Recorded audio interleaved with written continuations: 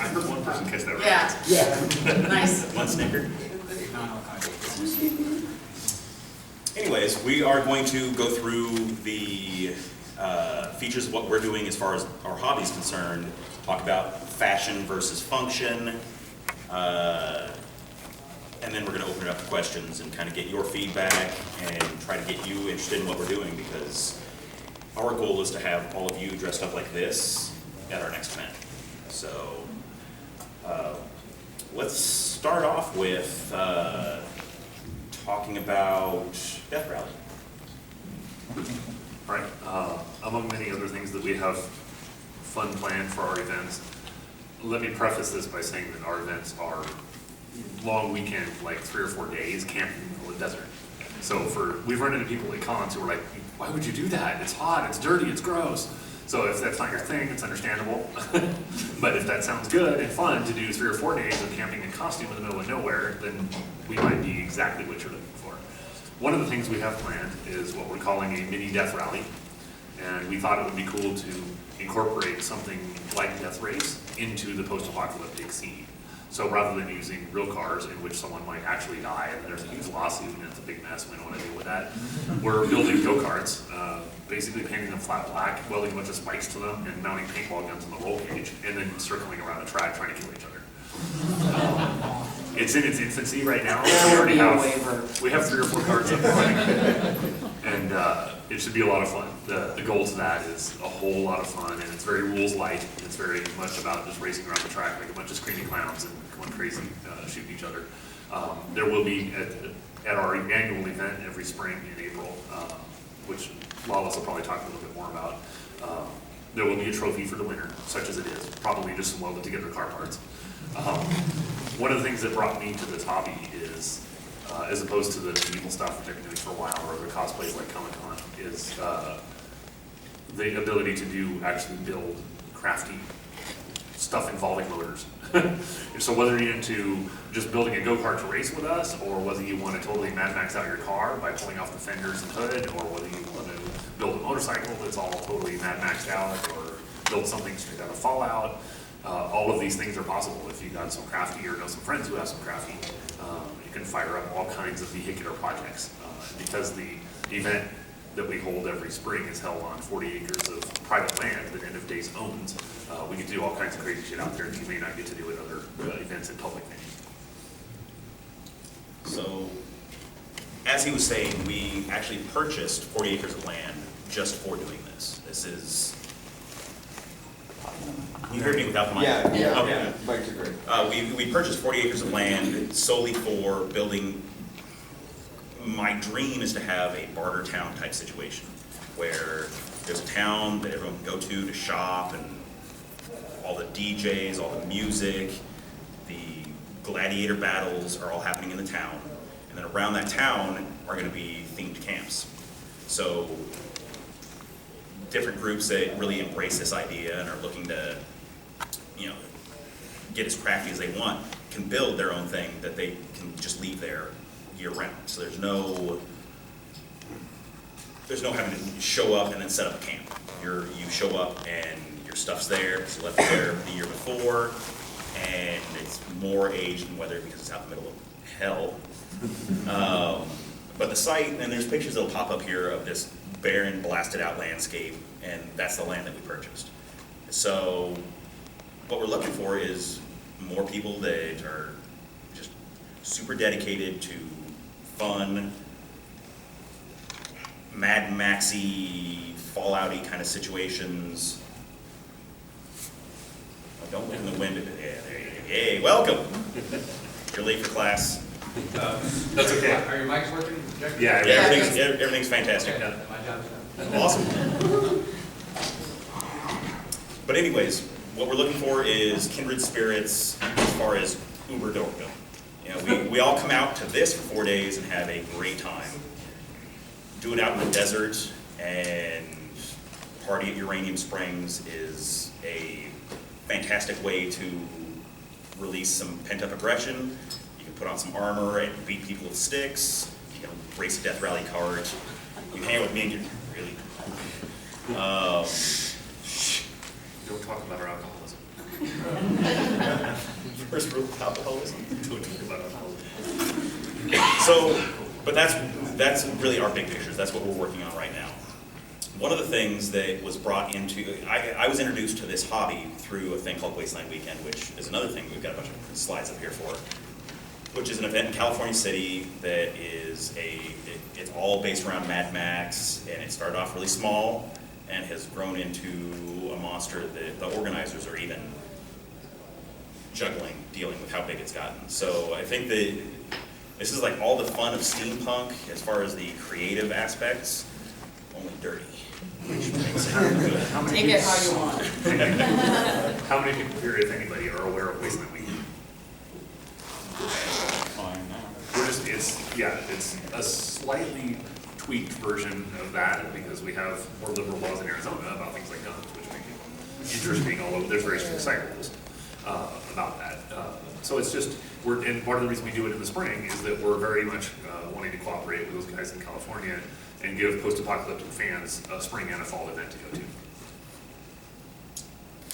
So, as far as what we're doing locally in Arizona, we do our big event in April. It's in the Painted Desert, so if you're familiar, everyone knows about Route 66. It's got history. It's now I-40, which is not nearly as sexy, but in our minds it's still Route 66. So we're off the 66, out in the middle of Hollywood could not paint a set better than what we've got as far as our eventing goes. It's a cool setting. It's a blasted hellscape. So, Which means I'm gonna, it's cheap. I'll start rambling here. So what I'm going to do is I'm going to direct costuming discussion with Schizo over here, and he's going to talk a little bit about what he's doing. I'll have him stand up and show his outfit because it's awesome. Have your fellow Legionnaire stand up too. Yeah. And he'll talk about that, and then I'm going to do a very brief fashion show where we're all going to stand up and talk about our costumes versus, the functionality of our costumes versus the... That's not gonna happen. I'm going to make her sweat. Anyways, more. Yay. Hi, everyone. Yay! I was hungover, so I'm late. Detention. If we weren't up here, yeah. Totally gonna come sit. So anyways, Schizo, please talk to us about your costume or costuming. And I'll start off with like, who in here's played Fallout? Weird. New Vegas? Yeah. Caesar's Legion? Alright, well I didn't like what they did. I thought they missed it. I looked at it, I'm like, well I can do this better. I can make it actually make sense. So I looked at their costumes, and they did the more traditional 80s Mad Max, a lot of sport pads, a lot of just sport pads, really. Yeah, sport pads and skirts and such. So when I was looking at like the materials that can be used, so you kind of look around, and as you can see on this one, it's just license plates and bottle caps. The skirt. And the skirt. As you can see with these ones, these guys are street signs, and instead of going with the football pad direction, I went, you guys can sit down. I went with the more like traditional Roman stuff, and to me that appealed, because I did the SCA also, and I kind of got bored with it because it wasn't as creative, so that's what drew me into this. But there's so much stuff you can do with the materials, like pretty much any material you can think of, like just drive around, just find stuff on the side of the road, pick it up, and you can make whatever you want. What is Damien?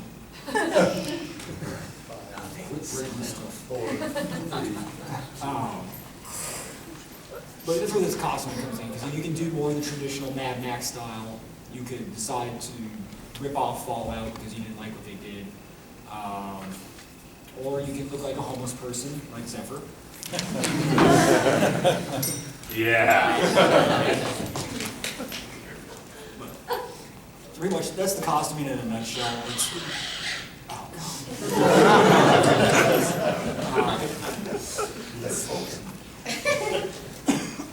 it's pretty much whatever you can think of, whatever you want to use, you can go ahead and feel free to use it. As long as you're not breaking like indecent exposure laws too bad, you know. Not really bad. And it's it's unabridged creativity. You can do anything. If you think, no one before Zephyr thought that a sombrero was post-apocalyptic. And It works. the first event he went to, he took a lot of flack because everyone's like, that's not right. But he owned it, he got it dirty, he's having a good time with it, and that's really what this is all about, is if we were in an end of days situation, all of us we might live for a little while in our bomb shelters, playing Dungeons and Dragons, until my wild turkey died, and then I would probably kill myself. But the fact that we can put on these costumes and make it fun puts a really bad situation, makes it funny and entertaining. So Part of what makes it good is that you can, unlike other reenactments of historical events, where you're always going to have that asshole who tells you that you're not doing it right. There's no right or wrong. That's not period. Yeah, come out, use found materials. You can build a costume for $20 at the thrift store, witness, and you can come out and have a great time. I managed to put this together. Many of you probably recognize me as inspired by the helicopter pilot from Mad Max. But it's not even intended to be screen accurate. It was just, oh, I kind of like that guy's outfit, I'm gonna make something like that. And that's what it is. And people who want to do screen accurate stuff from video games or movies are perfectly welcome and get a lot of appreciation and props when they put together a really accurate costume. The other side of that is that if you want to do something that's just vaguely inspired by, or you think the game didn't get it right and you want to put together some really bitchin' license plate armor, carry on. It's all about the creativity, and that's part of what drew a lot of us to this particular version of a costume hobby. Carry on. So another aspect of things that I was introduced to, and I once again give a huge amount of credit to the people that organized Wasteland Weekend. They set up an event that struck me personally as the most fun I could ever have. I've done costume hobbies for years, and that was the best time I've ever had.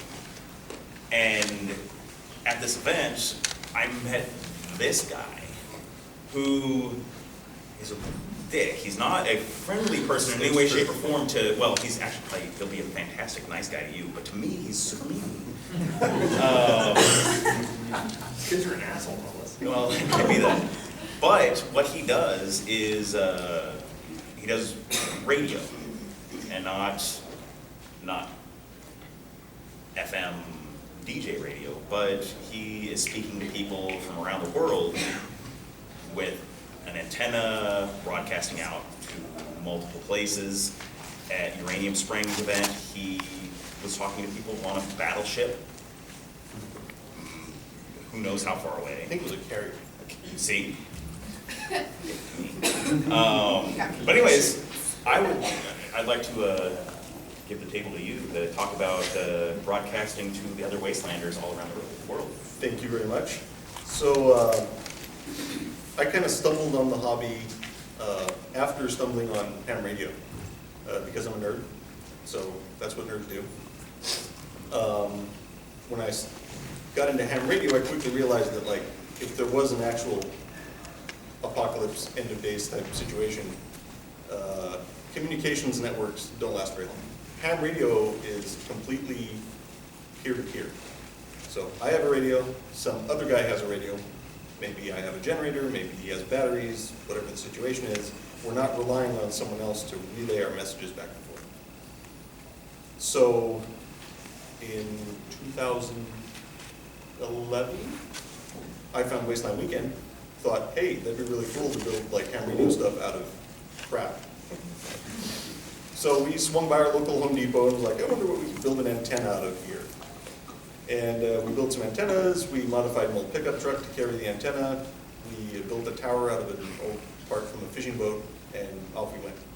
And it worked. And we were like, wow, okay, that was kind of cool. Fantastically. It worked fantastically. We talked to people all over the country and told them about, hey, you should come out here and have fun, and they all thought we were insane. Ham radio operators, for some reason, don't like getting dirty. I don't know what that is. But we decided we need to step this up. So we went to Wasteland Weekend again. That time we brought a 40-foot radio mast and a lot more gear and built a house, because tents are for suckers. A house for 4 days. Yeah, we built a house, well, 5 days for us, but it took a day to build a house. But we thought that we wanted to make it be less tent city camping, less Burning Man, and more of what would I do if I was out in the desert, in the apocalypse, crap is at the fan, I'm like, I'll build a house out of some 2x4s and tarps, that sounds great. So when Sam told me they were buying some land, I was like, hey, I could build a house and not have to take it home with me again. So we went out there in April and we built a house and we brought some antennas and stuff, and we talked to, I think our first contact was in some Caribbean island. We talked to Europe, Russia, Australia, all up and down the US and Canada. And this is just with, a little radio and some batteries that we brought. So we've been trying to introduce fans of ham radio to post-apocalyptic things, because they go hand in hand. And we've been trying to introduce fans of post-apocalyptic fiction to stuff that actually works in the apocalypse, as far as, bringing civilization back. How do you start rebuilding? Well, you start talking to each other, right? If I don't know what's on the other side of the hill, that's a really scary place. But if I talk to the guy who lives in the next village, and he goes, oh yeah, we got, all kinds of water over here, we can start trading, and, all that stuff just comes together.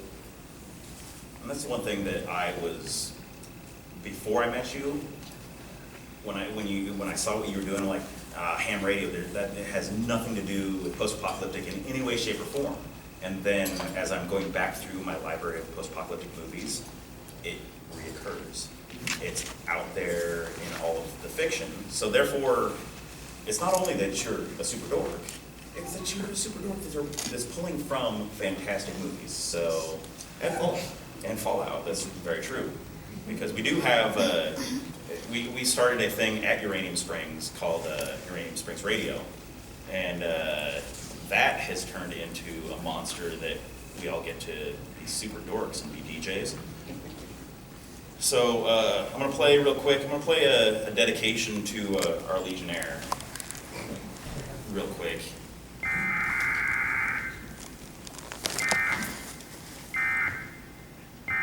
So apparently legionaries have been spotted pushing into turbulence territory. We want to welcome those who drink the fuel and send a special salute to Caesar's legions. Okay, so we're going to play this in the background while I have Tank give us a little discussion on whatever Tank wants to talk about. She is our resident biologist. Yes, I'm actually a microbiologist in real life. Who's single in this room? Single? I, Single men. Single men. Single men. Hands! so I make sure we don't die in the middle of the wasteland. She tries anyway. Well, She chooses who dies. yeah. There's sanitation and then there's violence that happens later.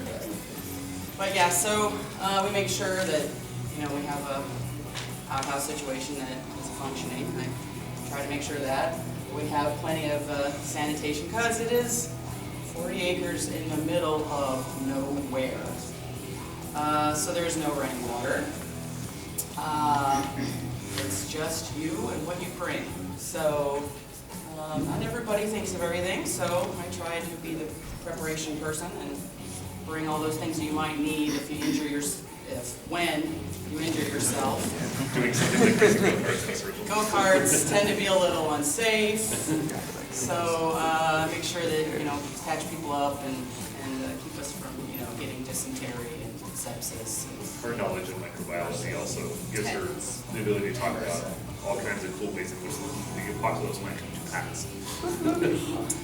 Which is the other part of this. We tend to believe whatever happened to end society in our setting is very vague. So whatever you want to do, whether it's a nuclear bomb, whether it's a biohazard, whether it's a giant natural disaster, whatever it is, the asteroid theory is real common these days. Whatever it is that ended it is kind of less important than what you're doing afterward. Indeed. My personal opinion is it will be a plague. A germ will kill humanity. I'm pretty sure of that. It's tried multiple times in human history, nearly succeeded in Europe. It's the flu. I mean, the flu will kill a lot of people. There's currently squirrels infected with Black Plague and plague stuff, so you can cut on up to the Grand Canyon so you can get some plague. So yeah, that's my personal opinion is that it will be some type of pandemic, asteroids and all that kind of nonsense. That's not my gig, but. I for one welcome our new tiny overlords.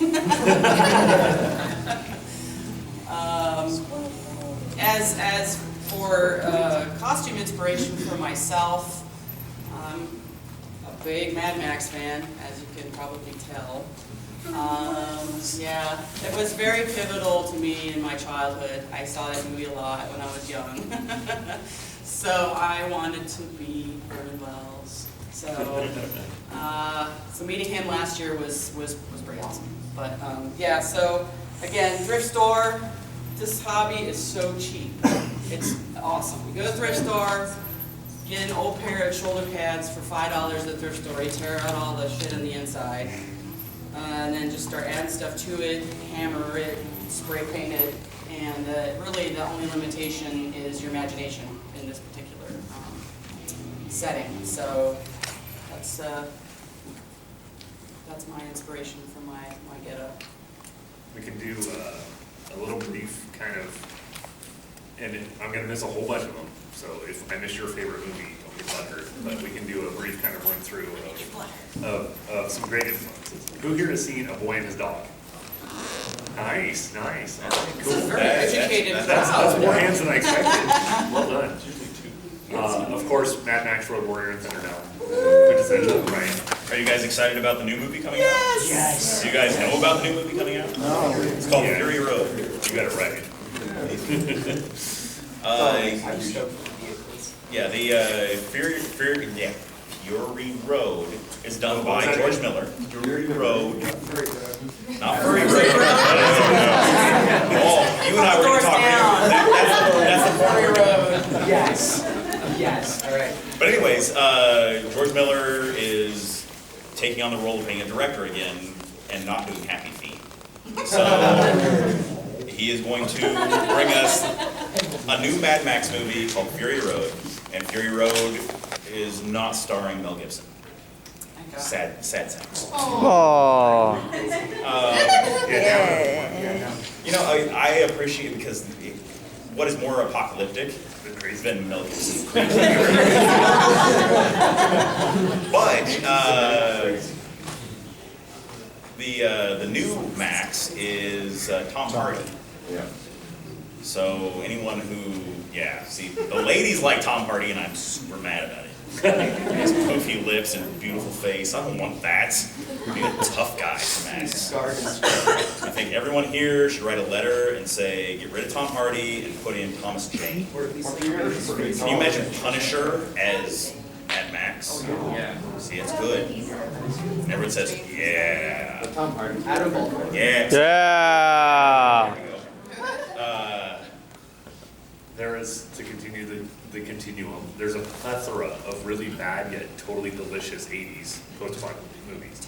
Has anyone here seen Warriors of the Wasteland, otherwise known as the New Barbarians? On Rift Tracks. It is amazing. It's classic. A blatant Road Warrior ripoff called Wheels of Fire. Oh, I got no hands on that one. Well done. Come to our event next year and you'll get a little exposure to Wheels of Fire theme. Has a lot of boobs in it. It does have a lot of boobs. Is that the part of the theme? Good question. It's the most apocalyptic thing ever. There's all the way up to the early 90s was a movie called Neon City. The Divide. Which Defiance blatantly ripped off a couple of weeks ago, by the way. And then up to new stuff that most of you are probably aware of, like The Book of Eli, The Divide. The Divide is really dark. Yeah, it's immediately post-apocalyptic. But That's it's super fun dark. movie, The Road. Oh, that is The Road. Yeah, that's This an is a uplifting story. sad Very uplifting story about a man and his son. Yeah, the escape movies. Tank Girl, if you're into the Tank Girl? Yes! Take your room in. And I I do also For have those who to don't despise preface, Faulkner. I have to preface the fact that we call her Tank, not because of Tank Girl and that. Her real last name is Tank. Nice. And she is My a, very German father, yeah, yes. he wanted to call her Panzer. It's my milk. The postman. Yes? Blood of Heroes. Yeah. Blood of Heroes is a great classic movie, yeah. And there's lots of. Rutger Hauer, Joan Chen, Yeah, man. Yeah, let's give a minute to Blood Heroes. The other big thing in this whole post-apocalyptic hobby that's really been embraced is a fantastic hammer. Wow. There's a sport called Jugger, and Jugger is if you haven't seen Blood of Heroes, find it on iTunes or The whole thing was actually on YouTube. yeah. Yeah, it's easy. It's not good. But it is super fun. It was done by the producer of Blade Runner. Yes. So there was money behind it. They just decided not to put it into the movie. But it's really fun. The costuming is fantastic. It is, you can tell that they went out and built the entire set on things they found around people's backyards. It was awful and gross, but super fun. And the sport is you take a dog skull. We all love dogs, so it's terrible. We don't want to hurt dogs. But once your dog's dead, if you can use his skull for fun, it's like the last game of fetch. It's a good time. So, was that the line? Yeah, it was the line.